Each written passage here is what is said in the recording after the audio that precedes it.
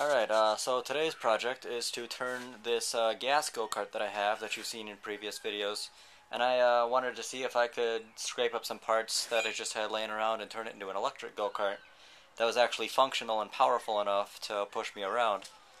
This 3.5 horse Briggs & Stratton, it's a good engine, it runs well, it's just not powerful enough for my purposes.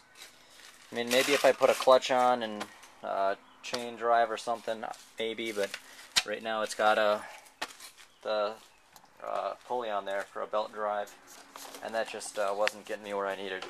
So what I've come up with is these are actually the mounts from the for the engine, and I've cut them up and welded them together in this design so I can have it mounted in 4 places: there, there, and in the front here.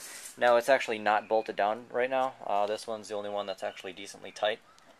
It's just kind of there so I can have it there so I can make adjustments and move things around as needed.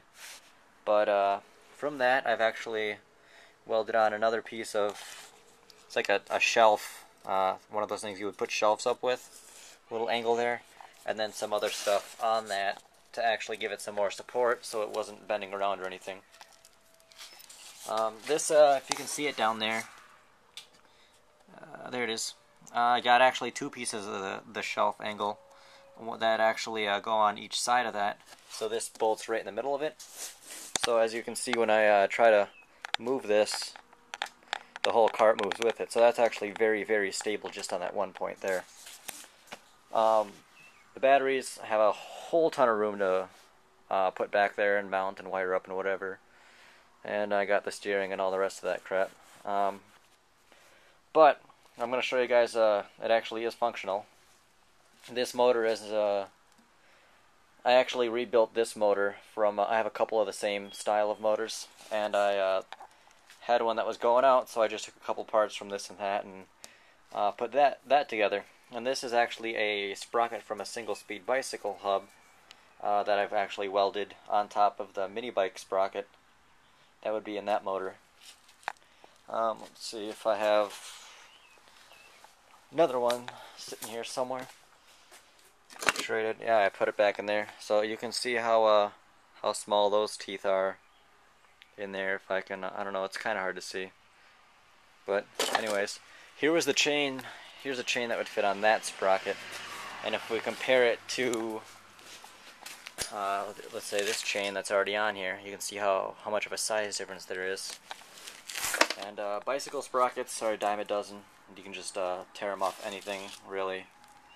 So that's why I chose to go with that. But same principle as my electric bike video. If you haven't seen that, that's on my channel, not too far back.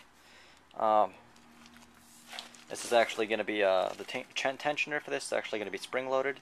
So it's going to have a spring that comes from this hole down to another point down there that just pulls it back, keeps the tension. But what I have here is a little power supply that's not nearly powerful enough for this, but I have it set up for 5 volts and 3 amps. And we'll turn it on, and you can already see it's start to spin.